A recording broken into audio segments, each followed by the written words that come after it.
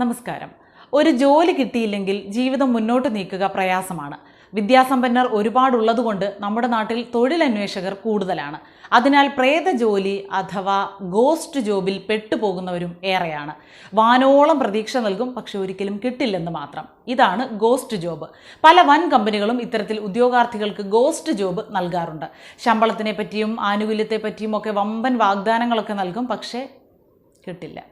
Online വഴിയാണല്ലോ ഇപ്പോൾ 99% കമ്പനികളും ജോലിക്ക് അപേക്ഷ ക്ഷണിക്കുന്നത്.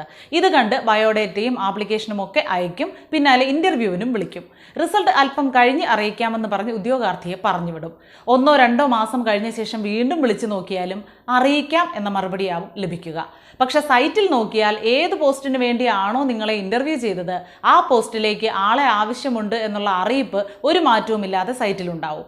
നിയമനം നടത്താൻ ഉദ്ദേശമില്ലാതെ കമ്പനികൾ പുറപ്പെടുവിക്കുന്ന തൊഴിലറിയിപ്പുകളാണ് ഗോസ്റ്റ് ജോബ് എന്ന് ചുരുക്കി പറയാം. കോവിഡ് ലോകത്തെ പിടിച്ചു കുലുക്കിയ ശേഷമാണ് ഗോസ്റ്റ് ജോബ് എന്ന ആശയത്തിലേക്ക് കൂടുതൽ കമ്പനികൾ കടന്നത്. മുന്നറിയിപ്പില്ലാതെ കൂടുതൽ പേർ ജോലി ഉപേക്ഷിച്ച് പോകുന്നത് മൂലം കമ്പനിക്കുണ്ടാകുന്ന സാമ്പത്തിക നഷ്ടം ഇല്ലാതാക്കാനാണ് കമ്പനികൾ ഈ രീതി പിന്തുടരാൻ നിർബന്ധിതരായതെന്നാണ് റിപ്പോർട്ടുകൾ. ചെറു കമ്പനികളിൽ ഇത്തരത്തിലുള്ള കൊഴിഞ്ഞുപോക്ക് അവരുടെ നിലനിൽപ്പിനെ പോലും ബാധിച്ചേക്കാം. ഒരാൾ പോയാൽ ആ സ്ഥാനത്തേക്ക് പെട്ടെന്നൊരാളെ കൊണ്ടുവരാൻ പ്രയാസമാണ്. ഇത്തരം ഒഴിവുകൾ നികത്താനുള്ള സ്പെയറുകളെ കണ്ടെത്താനാണ് ഗോസ്റ്റ് ജോബ് എന്നാണ് ചില കമ്പനി മേലധികാരികൾ വെളിപ്പെടുത്തുന്നത്. ജോലിക്ക് ആളെ എടുക്കാനുള്ള അഭിമുഖവും മറ്റും ഇടയ്ക്കിടെ നടത്തിയില്ലെങ്കിൽ കമ്പനിയുടെ പേര് ഇല്ലാതായി പോവും എന്ന് കരുതി ഗോസ്റ്റ് ജോബ് നൽകുന്നവരും ഉണ്ട്. അഭിമുഖം നടത്തിയെങ്കിലും അതിൽ പങ്കെടുത്തവർക്ക് തങ്ങൾ ആഗ്രഹിച്ചത്ര നിലവാരമില്ലെങ്കിലും കമ്പനികൾ ഗോസ്റ്റ് ജോബ് നൽകാറുണ്ട്. അമേരിക്കയിലാണ് ഈ രീതി ആദ്യം തുടങ്ങിയതെങ്കിലും വളരെ വേഗം ഇത് മറ്റിടങ്ങളിലേക്കും വ്യാപിക്കുകയായിരുന്നു. ഇന്ത്യയിലും കേരളത്തിലും ഉൾപ്പെടെ ഗോസ്റ്റ് ജോബുകൾ വ്യാപകമാണ്.